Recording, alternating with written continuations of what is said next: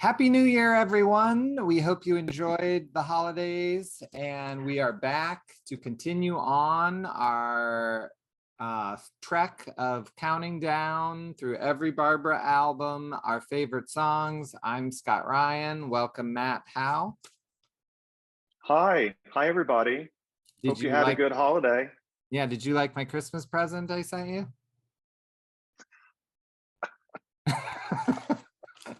I mean, I gotta say, yours, that full-size cutout of Barbra from the concert. How did you know that's what I want? It was incredible. That's funny. You're too It's good. gonna be my Christmas card. It's like this. So as we've been doing for I don't know how many weeks now, it feels like forever. We are counting down from Barbra's first album to her last album, 5 albums at a time. And we are doing this because Matt has written an incredible book about Barbra. Matt, tell our viewers a little bit about your book.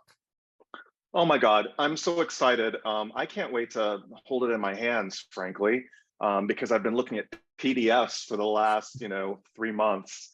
But it's called Barbra, Streisand, the music, the albums, the singles. And it is a refreshing chronological look at all of her albums with a list of the singles that she's recorded over the years as well. And I just go into the background of everything and give you little gems of information about certain songs she recorded, recording dates, songs that were left off the albums that are still in the vaults, all of that. It's just so much fun. And Scott, as my publisher, encouraged me to share a lot of my opinions. And it's been so interesting to get y'all's feedback from these videos that we're doing because you don't have to agree. I think the purpose of the book, which I write about, is just take a listen to something that maybe you haven't listened to in a while, because there's so much to choose from over 40 years of recording. So yeah.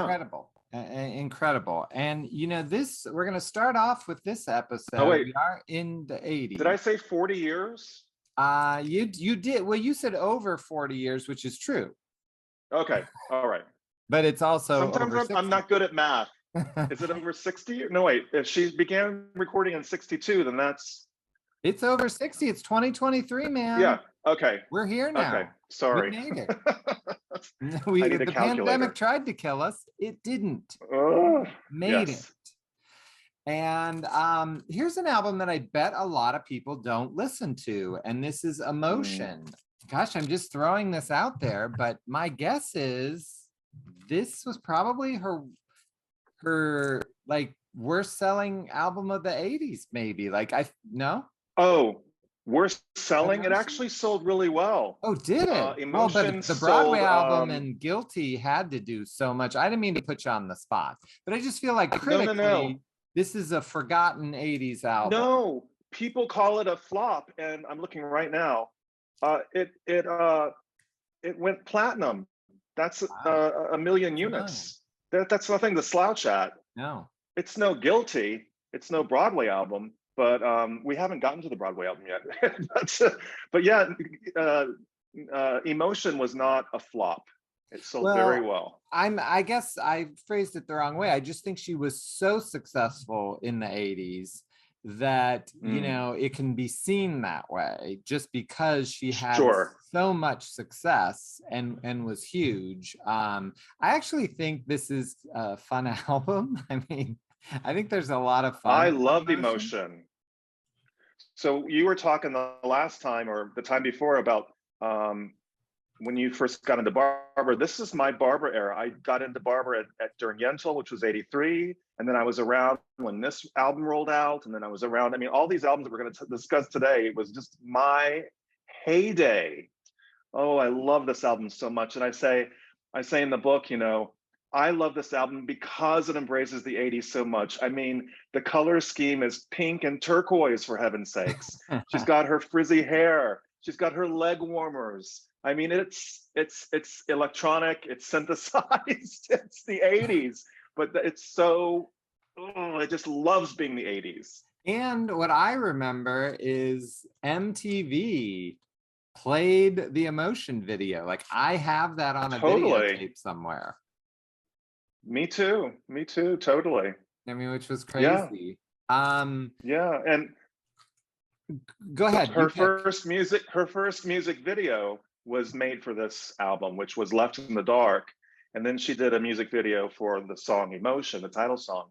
So yeah, these were her first official, made for MTV videos. Very cool. Okay, go ahead. Well, I was saying I was going to have you go first, but I can go first. It's kind of Oh, funny. There is so much 80s on here, and the song I picked is doesn't sound 80s at all. But as most of you know, I'm always drawn to the songs that Barbra wrote, and so I'm picking "Here We Are at Last." I just think it is mm, so beautiful. I mean, it's really an mm. underappreciated Barbra song, and that beginning, that la da da da da, it's just so nice. I mean, it just comes in like a breeze in the summer. I absolutely love that song, so that was my pick. I love that song too. I wish she would have done it in concert at some point. I would love to have heard her sing that. But I did not choose that. I chose, because I was listening to it last night. I love this album. I chose Make No Mistake, He's Mine, the duet with Kim Carnes. And I'm going to say something shocking. I mean, maybe besides Neil Diamond duet, this is like one of her best duets with Kim Carnes. It's such a great song. To me, it doesn't sound aged at all. There's no telltale synthesizers or, I mean, it does have that, it has that guitar kind of thing, which was big, in the 80s. But God, they sound so good together too. That gravelly voice of Kim Carnes, and then Barbra comes in. He only knows how I feel. I'm not gonna take a breath because I could sing this line forever. I mean, she is just so smooth and silky. Oh my God, it's just the best. I love it. And one of the treats in your book is you have some great quotes about them recording this song and the guy who wrote it and putting it together and them doing it. So there's a lot of good Yeah, his information about that song, which Kim's is producer. probably Yeah, in. Kim's on the record definitely about this song. She enjoyed writing this song for Barbra. I wish it would have been a bigger hit. I mean, like, dare I say, better than Tell Him. Well, I mean, it's of course it's better than Tell Him. I mean, I don't think anyone would argue for that, but I agree. It is a very underappreciated duet, and I don't know the duets album that well. Is it on? It's got to be on the duets album, right? It is. Okay, Yeah, good. it's on it. Yeah. So now we get to what I consider not just Barbra's best album, but I consider the Broadway album to be the best album ever recorded in the history of records. Take that, Sergeant Pepper. Oh God. It's also your Desert Island album, so that's It's, important. I mean, I have too many copies of this vinyl. It's embarrassing. Like when I find it and it's sealed, I buy it. I just can't stop buying it. I don't need any more. If anyone needs one, Well, I got one for you. it's just so iconic. I mean, first of all, I mean, I wish we had Renee this episode. The cover is amazing. Richard Corman shot it. He's the son of Barbara's friend, who's first Sis This Corman, who was a casting director and Barbara's best friend. But it's an amazing cover. Anyway, it's a great album. In the book I write, it has a couple of tracks that haven't aged well that do sound 1980s esque. Like for instance, I'm looking at you. Something's coming. I would rather have heard that. Actually, it sounds better when she's done it in concert, like the Timeless concert, when she has Marvin Hamlish and an entire orchestra playing da-dun, da-dun, da-dun, da-dun, da-dun, da-dun, da-dun. right. But the sort of demo sounding, that just sounds really weird to me. Anyway, that's not my complaint. My pick from this album, gosh, I listened to it last night. I was like, there's so many good ones. But what makes me feel alive the most is Being Alive. Um, I've I'd known that song for a long time. I'm a huge Stephen Sondheim fan, and I love that she's recorded so many songs of his on this album and on the future ones. But it always bothered me. It felt so plodding in the show, in context of the show, and that's because there's dialogue in between. Think about it, Bobby. You can do it. And so they You'll have never to be a stop kid the again, kiddo. momentum. Right, exactly. So it has some dramatic structure that gets in the way of the forward motion of the song. And Peter Matz and Barbra just threw all that away and made this amazing arrangement, just so forward moving and rhythmic. And even when Barbra sang it in 2019 in those concerts, she was still singing pretty damn good. I love Being Alive. It's so exciting. I could talk forever about the Broadway album. I don't even know why we're having other albums on this show. Honestly, the Broadway album should have had its own show. I have written, I want to do a book about the concert. If that's a secret, it isn't a well-kept one. So I guess that's out there. And my intro, which I've started to write the book, is about me discovering the Broadway album. Like I said, I knew the main event and I knew those things. And when I stumbled upon this, I was like, Barbra, like, oh my God, I love her. Like, she has the best disco songs there are. Like, this album is going to be great. And it totally opened my mind to Stephen Sondheim. And I remember looking through and being like, who's this Sondheim guy? He wrote so many of these songs, and it changed my entire life. Like every book I write, I have a quote from Sondheim in. I travel the world going to see Sondheim shows. I mean, as much as Barbra changed my life, Barbra introducing me to Stephen Sondheim truly changed my life. And it was through this album. My pick is Putting It Together. That's amazing. I heard Putting It Together that first time, I know where I was. I can feel it. Like, I'd never heard music like that in my life. And it just, because I wasn't introduced to Broadway to that point, beyond seeing Grease or something, or Xanadu. I mean, come on, that's not Sondheim. So I don't know. I could just talk about the album forever. Every song on it, to me, is spectacular. There's no doubt that you're right. The 80s slip in a little bit. No doubt she wouldn't orchestrate it the same way, but it also was smack dab in the middle of the 80s. So it's going to be there. It's her best album and the best album. If anyone out there wants to fight me, bring it. I'll fight you for the Broadway album. I'll tell you that right now.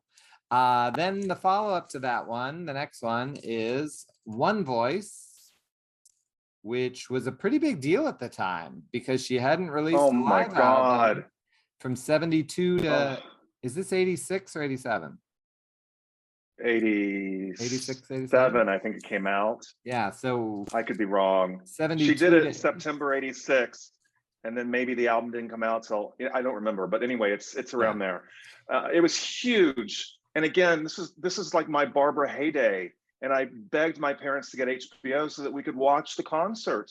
And then I remember huddling around the TV, and she enters through the white smoke. I mean, oh my God, this was huge.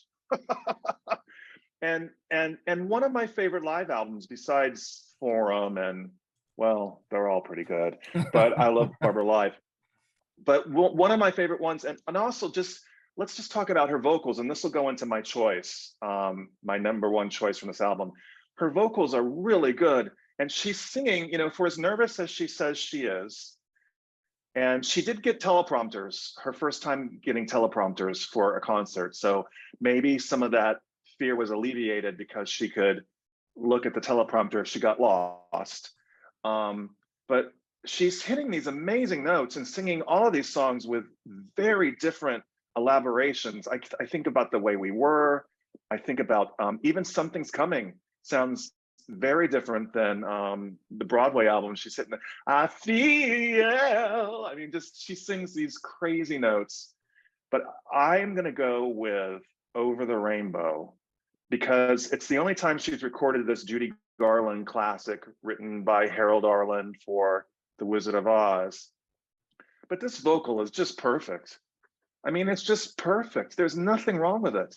She hits every note perfectly, and she gives it like her Streisandisms. And I just imagine it's like, I can just imagine her as a little girl sitting on the stoops of Brooklyn singing this song. And then the last note where instead of belting it, she does this sort of, she kind of like puts it out there and then bends it back. And it's just this quiet finish. Oh my God. I Perfect. always think it's funny that the audience doesn't know the preamble to the song. And they really don't When all clap. the world is a hopeless Yeah, wonder. which Yeah. it's kind of that always strikes me as being humorous. So the song that I picked was "What Kind of Fool" with Barry Gibb. Oh, yeah. And this is sort of like a new something that I've gravitated to recently. When I listened to it, I was like, it's a very different version, but it still has that feel. And I just like the differences between the Guilty version, which is a great song off Guilty. And I think I kind of like that better than Guilty. If I had to pick between Guilty and What Kind of Fool, I've always been drawn to What Kind of Fool. But the differences between the two really stick out to me now. So over time, that's sort of a newer pick for me. Great. But it is a great concert. Has the Robin Williams opening ever been seen? Did they film it? Do we know? It's on the TV show. Yeah. It's just not on the album. You can see, I'm sure it's been edited, but you can see him making the audience laugh, and it cuts between him on stage and people arriving and sitting down and stuff like that. I don't, because I feel like I've never heard his full monologue. It's there. It's on the TV show. Okay, well, I guess it's time to watch it. Now, don't yell at us. We understand that there's nuts. Boy, that black is really bothering it. We understand there's nuts. We're not picking nuts because she doesn't sing on it. So don't think you there's know. There's only like do. 5 tracks or 6 tracks anyway. It's like 19 minutes soaking wet. Okay, now we are here to Till I Loved You. And Matt is going to leave because we really don't need him for this, because I got things to say about this album. Wow. I think. Okay. I love this album. I can't say, there's no way I could talk enough about how much I love this album. And I feel like people just forget about it, that it's like a throwaway album. If you are a Barbra fan, and I just am talking about Till I Loved You, and you're like, what? Isn't that the album she sings with Don Johnson? I'm not listening to that. Right. You got push pause on us. In fact, don't even pre-order the book. Normally, I'm begging you, pre-order the book, pre-order the book. Forget about pre-ordering the book. Go listen to Till I Loved You. This album is so good, and I love the tempo of every single song, and that's what I want to talk to you about on this album. The production. I just feel like it is so quality. Tell me about the production of this album. Well, first of all, it's, I mean, maybe people realize this or maybe they don't. You know, it's a theme album. It's about the beginning of a relationship. Then you flip the album over, or if you're on cassette, you just go to the next side. And then it's about the dissolution of a relationship. And then the last song is a hopeful song, One More Time Around. You know, so if you listen to it as that, it's just so nice. I mean, this is totally 1988 Los Angeles recording studio musicians, best engineers in the country. I mean, just top-notch production, just top-notch, from Quincy Jones to Burt Bacharach to trying to think who else, Phil Ramone. And then even the duet with Don Johnson is not so bad in my opinion. It's just really wonderful. Now it does have some 80isms in it, you know, so people may find fault with some synthesizers and things like that. But for the most part, I mean, I think it's less offensive than some of her other 70s or 80s albums. So I'm a huge fan of Till I Loved You. I lived in Los Angeles at the time. I remember going down Sunset Boulevard and there was a huge billboard with the cover on it. And then when it came out, I went down to my record store called The Warehouse, Where, The Warehouse, and got it on cassette tape because I lived in LA and I had a car and I had a pull out cassette player because if you didn't pull it out, people broke your window and stole your stereo. But anyway, I could talk forever about this album. I love this album. I'm with you. This is a great, great album. And Barbra sounds amazing. So good. I mean, just this is the section where I'm not saying her voice doesn't every time is good, but I mean, there's a control and there's a maturity of her talent. You know, I guess I never thought about it till now, but there's no belting songs on this album. So maybe that is a reason that it sort of slips away, but it's about control. And as you said, it tells a story, which I love, that each song rolls into another one. And I mean, I guess if I ever met Barbra and she could sign one album, of course I'd pick the Broadway album, but I'd like to think that I'd pick this one. But I'd say, could I get two? I might say, I mean, I'm sorry, but could I get two? So my pick, by the way, is On My Way to You. Again, going back to Michel Legrand and the Bergmans. If you are a singer, you got to listen to her breathing on this song. Me and my cousin used to perform this song out in coffee shops, and I love her so much. She's my favorite human, but she had no business singing this song because it's too hard. And it wasn't that she did it bad. She was great. But I'm just saying, like, you have to have an amazing control of your breathing to sing On My Way to You. And that's why I picked it. But every damn song on this album's good.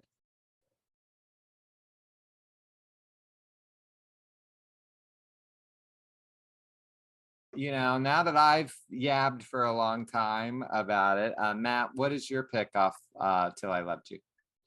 So I'm going to choose the only kind of belting song that is on the album, which is the opening song, The Places That You Find Love.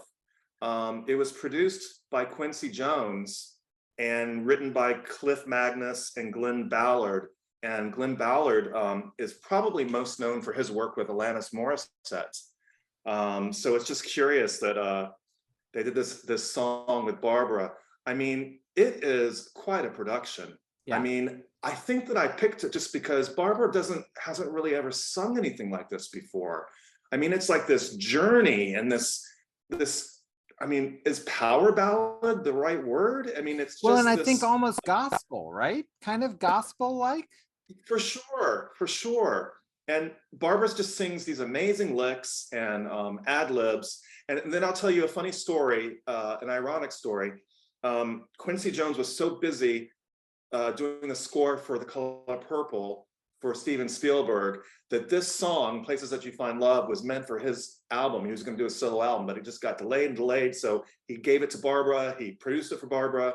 They did that, right? And then like a few months later, or maybe a year later, Quincy's album came out and this song was on it.